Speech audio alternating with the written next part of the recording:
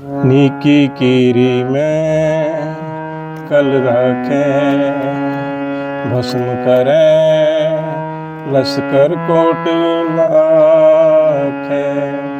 जिसका सासु न काटत आप, ताको राखत देकर हाथ।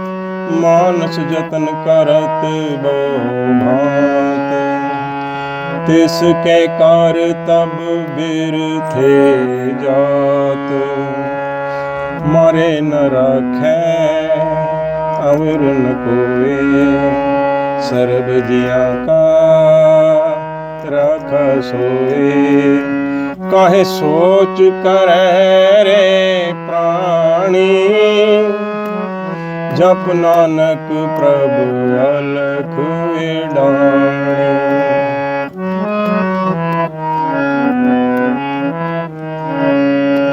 नीकी कीरी में कल रखें, भस्म करे लश्कर कोट लाखें। जिसका सासु न काटत आप, ताको राखत देकर हाथ। मानस जतन करत बो भाते, तिसके करतब बिरथे जात। मारे न राखे अवर न कोए, सर्ब जिया का राखा सोए। काहे सोच करे रे प्राणी, जप नानक प्रभु अलख डाणी। काहे सोच करे रे प्राणी,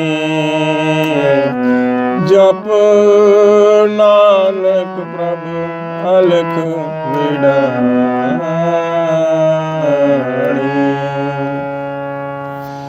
वाहिगुरु जी का खालसा, वाहिगुरु जी की फतेह।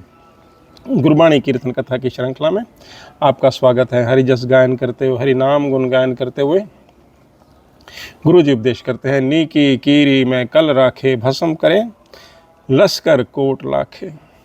सारी सत्ता एक ओंकार प्रभु के हाथ में है। ये हमारा वहम होता है कि 1 लाख की कोई सेना आ रही है, उसमें ज़्यादा ताकत है। ऐसा नहीं है। अगर एक छोटे कीटाणु में ऐसी कला भर दे ना परमात्मा, तो वो लाख की जो है फौज है, उसको भस्म कर सकती है।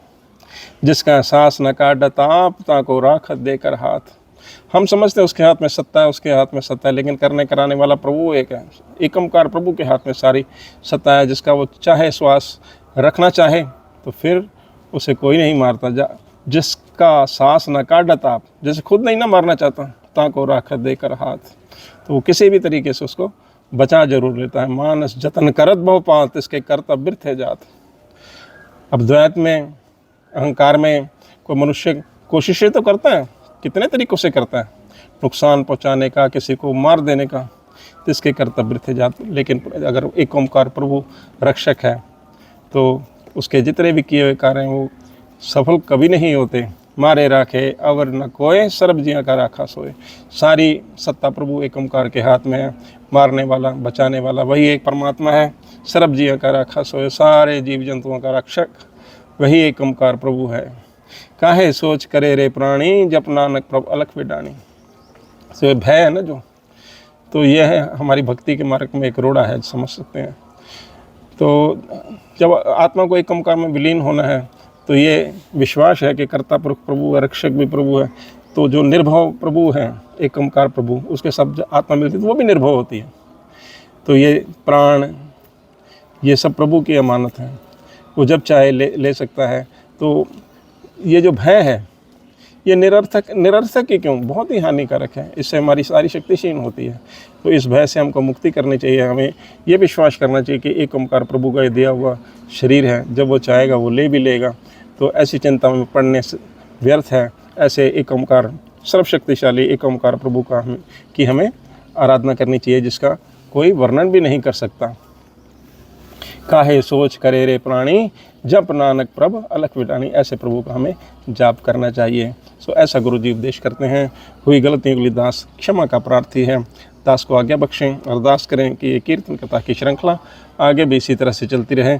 वाहे गुरु जी का खालसा, वाहे गुरु जी की फतेह।